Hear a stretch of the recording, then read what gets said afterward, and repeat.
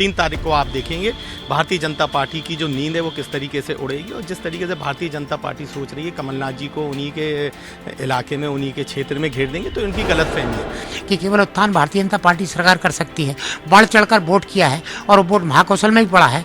महाकौशल की सारी सीटें लगभग हम जीतेंगे और भाजपा की सरकार बनेगी। पिछली बार कमलनाथ ने यदि 24 सीटें जीती रहीं तो यहाँ 2 कैबिनेट मंत्री दिए थे, विधानसभा अध्यक्ष दिया रहा, विधानसभा उपाध्यक्ष दिया था, ऐसे बड़े मंत्रिमंडल प्रतिनिधि। मध्य प्रदेश में इस बार का विधानसभा चुनाव पीसीसी चीफ कमलनाथ का राजनीतिक भविष्य भी तय करने जा रहा है।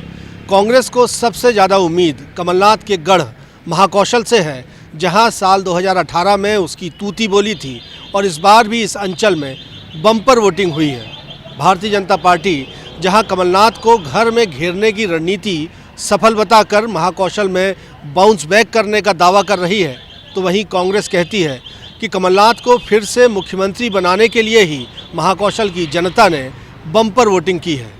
इन दावों के अलावा विश्लेषण से भी समझिए कि ये विधानसभा चुनाव कमलनाथ के लिए कितना अहम है। मध्य प्रदेश के छिंदवाड़ा से 9 बार सांसद रह चुके कमलनाथ साल 2018 में मध्य प्रदेश के 18वें मुख्यमंत्री चुने गए थे। बतौर प्रत्याशी संसदीय चुनाव को अलविदा कह चुके कमलनाथ अपनी सत्ता छिनने के बाद भी सूबे की सियासत में नेता प्रतिपक्ष और प्रदेश कांग्रेस कमेटी के अध्यक्ष के रूप में लगातार सक्रिय रहे।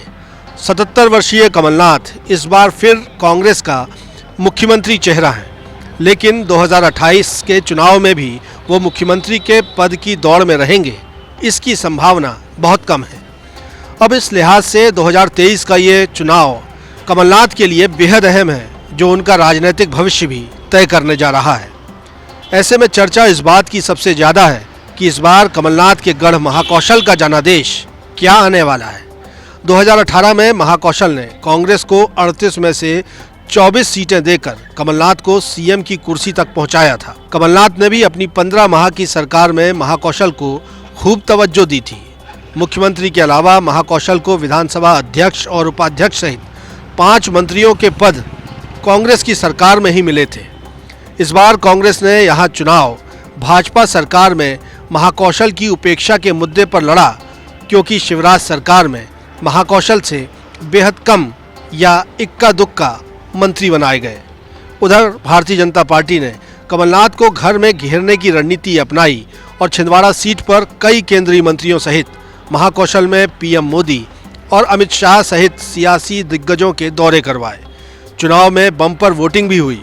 महाकौशल की 38 में से अधिकांश सीटों पर पोलिंग परसेंटेज 80% को भी पार चला गया, तो छिंदवाड़ा में रिकॉर्ड 85.63% मतदान हुआ। अब इस बढ़े हुए पोलिंग परसेंटेज को कांग्रेस और भाजपा अपने अपने पक्ष में होना बता रहे हैं।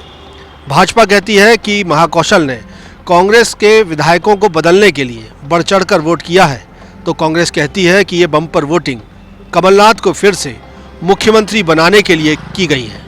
क्या कि हमारी बहनों ने इस बार भारतीय जनता पार्टी के पक्ष में बहुत 100% वोट दिया है, तो बहनों ने क्रांति पैदा की है। ये मध्य प्रदेश के कोने कोने में है और वही क्रांति महाकौशल में पैदा हुई है, और इसलिए हम कहेंगे महाकौशल इस बार हम सर्वाधिक सीट जीत करके आ रहे हैं और सरकार भारतीय जनता पार्टी की बन रही है।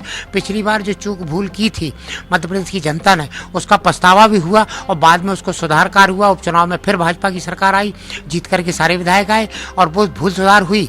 जनता ने स्वीकार किया कि हमसे भूल हुई थी। इस बार जनता जागृत थी, हमारी बहनें विशेषकर जागृत थी।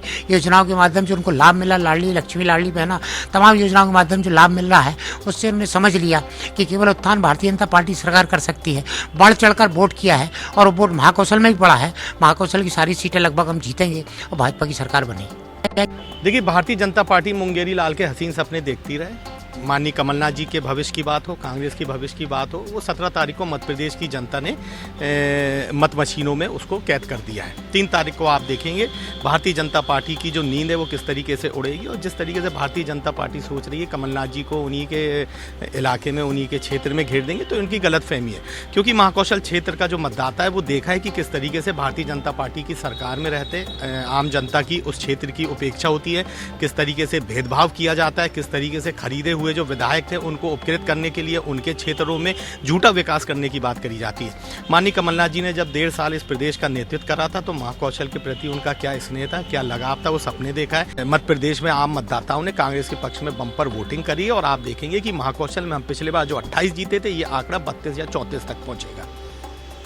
उधर दूसरी तरफ राजनीतिक विश्लेषक मानते हैं कि भाजपा ने कमलनाथ को घर में घेरने की जो रणनीति बनाई थी वो पूरी तरह कारगर नहीं रही, क्योंकि कमलनाथ ने पूरे प्रदेश में चुनावी दौरे किए और भाजपा के ही कई अघोषित सीएम चेहरे अपनी अपनी विधानसभा सीटों से बाहर नहीं निकल पाए। राजनीतिक विश्लेषक रविंद्र दुबे कहते हैं कि ये चुनाव कमलनाथ के लिए सबसे अहम चुनाव है और इस बार महाकौशल का जनादेश वाकई देखने लायक होगा। भारतीय जनता पार्टी ने रणनीति बनाई थी कि उनको वहाँ घेर देंगे या लगभग घेरने का प्रयास किया गया कि उनको लगता रहा कि एक विधानसभा में हम बांध देंगे। उन्होंने बहुत सारी रणनीति बनाई, बहुत सारे कार्यक्रम किए, उसके बावजूद ही कमलनाथ ने कई इलाकों में जाकर उस चुनाव के दौरान प्रचार किया। वो एक तरह से बंद के नहीं रह पाए। जैसे अन्य बीजेपी के बड़े नेता जो सीएम के अघोषित चेहरे हैं वो अपनी सीटों पर फंस के रह गए। यदि शिवराज सिंह और प्रहलाद पटेल को छोड़ दें, उसके अलावा तमाम बड़े नेता अपनी सीटों पर भारतीय जनता पार्टी के फंसे रहे हैं, वो अपनी संसदीय क्षेत्र की सीटों पर नहीं जा पाए। देखिए, कमलनाथ के लिए बहुत ज़्यादा अहम है। लगातार वो राजनीति में सक्रिय हैं और 80 के पहले से 1980 से पहले से लगातार सक्रिय रहे हैं। अब उनके अंतिम पड़ाव में अपन कह रहे हैं 77 साल के हो चुके हैं, 75 साल से ऊपर हो चुके हैं और यदि वो मुख्यमंत्री के पद के लिए लड़ रहे हैं तो मालूम है कि 5 साल अगले साल मुख्यमंत्री वही रहेंगे। तो ये समझ लीजिए कि जब 5 साल और जुड़ी तो 81-82 साल की उनकी उम्र हो जाएगी। तो ये उनका लगभग अंतिम पड़ाव है चुनाव का। हो सकता है वो अंतिम दौर में जाकर राजनीति से संन्यास ले लें, इसलिए उनके लिए सबसे अहम चुनाव है, ये उनका आखिरी और चुनौती भरा चुनाव है। देखिए, कांग्रेस का जो दावा है उसके पीछे तर्क हैं, उनके तर्क हैं कि भाई हमने कमलनाथ को सीएम का चेहरा फेस किया। वो वाकई में कमलनाथ कांग्रेस की ओर से सीएम के चेहरे हैं।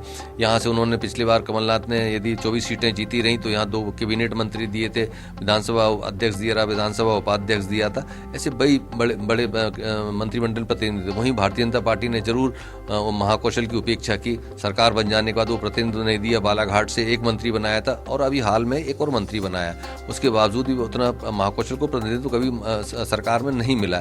इस बात का रोष लोगों में। अब जो वोट पड़ा है वो किसके पक्ष में पड़ा, ये तो मतगणना के बाद पता चलेगा। लेकिन जो रुझान, जो हम चर्चाएं लोगों से सुन रहे हैं, वो सभी कह रहे हैं कि कांग्रेस का थोड़ा सा एज है, कांग्रेस को थोड़ा सा प्लस है।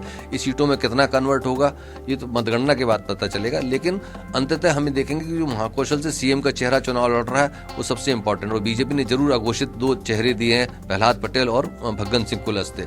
इनका प्रभाव जरूर पड़ेगा, लेकिन कितना पड़ेगा, कितनी सीटें बढ़ेंगी, ये मतगणना के बाद स्पष्ट होगा। भारतीय जनता पार्टी ने इस बार जिन सियासी रणनीतियों के साथ ये चुनाव लड़ा, उसके चलते ये विधानसभा चुनाव कमलनाथ की प्रतिष्ठा का भी चुनाव बना हुआ है। ये बिल्कुल साफ है कि 23 के रण के केंद्र में महाकौशल के सबसे बड़े छत्रप कमलनाथ हैं, जिनकी जीत या हार सूबे की सियासत की करवट पलट सकती है। आप क्या राय रखते हैं? वीडियो में कमेंट करके हमें ज़रूर बताएं। हमारे चैनल IBC 24 महाकौशल को सब्सक्राइब ज़रूर करें।